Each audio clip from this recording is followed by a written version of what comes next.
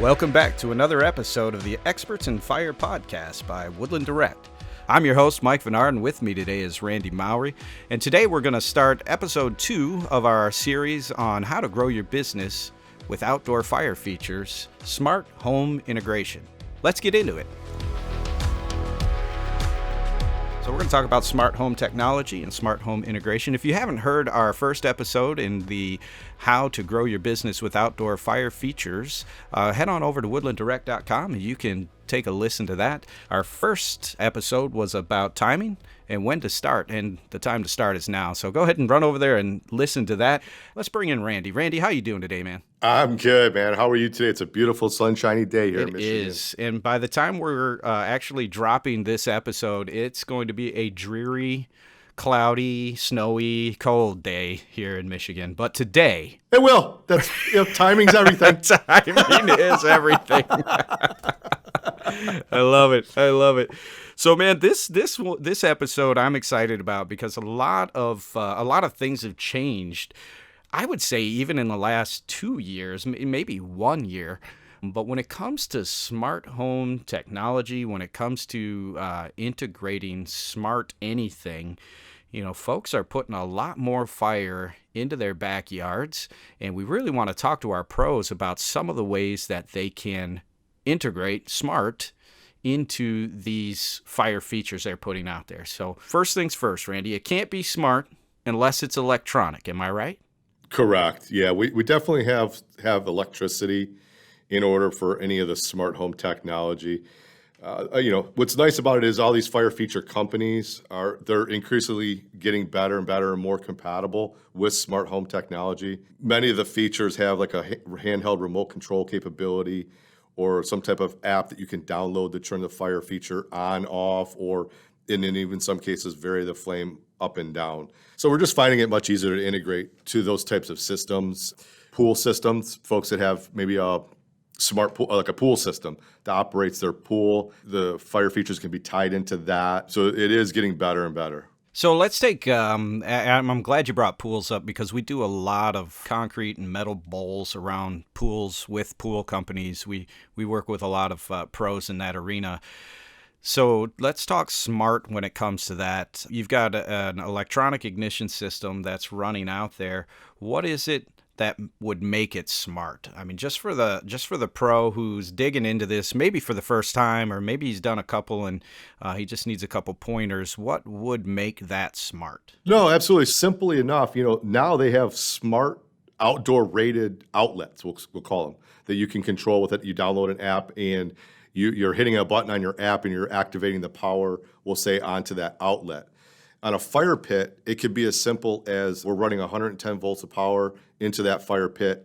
The fire pit burner assembly has a 3-prong plug on it that you would find on a standard cord in your house. It plugs into your smart app, your smart outlet, and your app for your phone, you're turning it on, and that's allowing you to turn that fire pit on and off. It's something as simple as that, but we just have to have the 110 volts of power. And also to touch on one of the most important parts of the smart technology is the convenience, of being able to turn things on. But you get safety in the fire features, whether it is a fire bowl or fire pit, and you're tying it to a smart system with electricity. You're also getting the safety feature of a safety valve that is going to shut that gas supply off in the event that maybe a high wind comes down and blows that flame out. It's going to shut the system down. No, that's a solid point, Randy. And I know that is a concern for some people. They're like, oh, man, that thing's just going to turn on. And then what? Am I going to have gas everywhere? No, once you have an electronic system, there are safety features built in. That's what makes them so good. One thing I think about when I start contemplating smart anything is the options you have out there to combine all of those apps you're talking about, Randy. I know my son and I are going through my house, and he's an engineer and he's about to get his general contractor's license here. And we're going through and doing all kinds of smart stuff. And the first smart piece we started with was a Wemo. I don't know if you've heard of those. And I'm not a proponent. We don't get paid by Wemo or anything of that nature, but that's what we had, and it was pretty cool to sit there and be able to turn the Christmas tree on and off with an app instead of having to go back behind the tree and plug it in or flip a switch. I'm with you, man. I'm getting too old to be bending down that far. But now everything is able to move into some type of controller, meaning you've got Amazon's Alexa, you've got Apple's Siri, and I know for Apple it's a little more difficult to find products that will pair with their HomeKit. So this is just coming from my experience when it comes to smart home technology.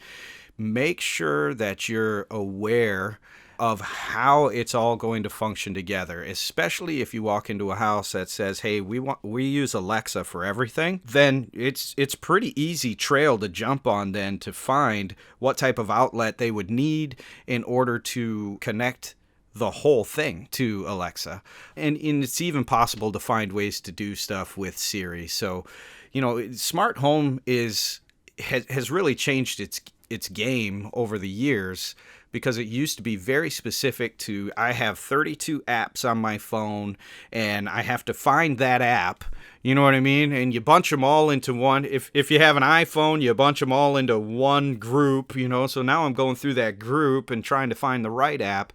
And the beauty of what Amazon has done, and even Apple, pulling all of those apps into one spot, so you can just say, hey Alexa, turn on the fire bowls, and poof, they'll light up. It's pretty impressive. You have fire-related questions, and we have answers. You can email us your questions at podcast@woodlanddirect.com, or give us a call at 586-221-3638. We would love to be able to answer them right here on the Experts in Fire podcast.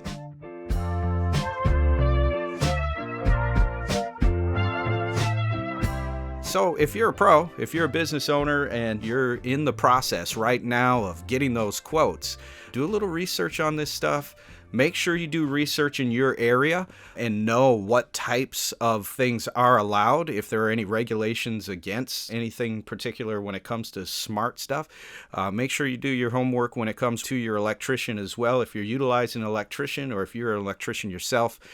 But there are some really cool options out there nowadays to connect fire to smart features that will put you head and shoulders above the rest, especially when it comes to the opportunity to sell not just fire, but safety and convenience. Yeah, and that's one of the important things about this, any kind of smart technology, and kind of why I started with the smart outlet, is they do require power. If we find that somebody is in an application where they're having to use something with a battery-operated style of ignition system, the smart technology is not going to be there, because it does require some type of 110-volt source to be able to activate these units on and off. Absolutely. And if it's something that you're looking for and your client needs, feel free to give us a call. We'd love to talk through the project with you and find the application that's going to work for you and your project. We are the Experts in Fire, and we really enjoy working with you to find solutions so that you can walk into your client's home, backyard, and have a successful trip. Hey, Randy, thanks a lot for being here today, man. I really appreciate you taking time away from your busy schedule to hang out with us and talk about this stuff. Oh, my pleasure. I always enjoy it, Mike. You have a good afternoon. You do the same, brother. Thank you for listening to the Experts in Fire podcast. I am your host, Mike Vinar, and we really appreciate you being here. Today's episode was how to grow your business with outdoor fire features, smart home integration. Join us next time for episode 3 of how to grow your business with outdoor fire features, natural gas versus propane. We'll see you then.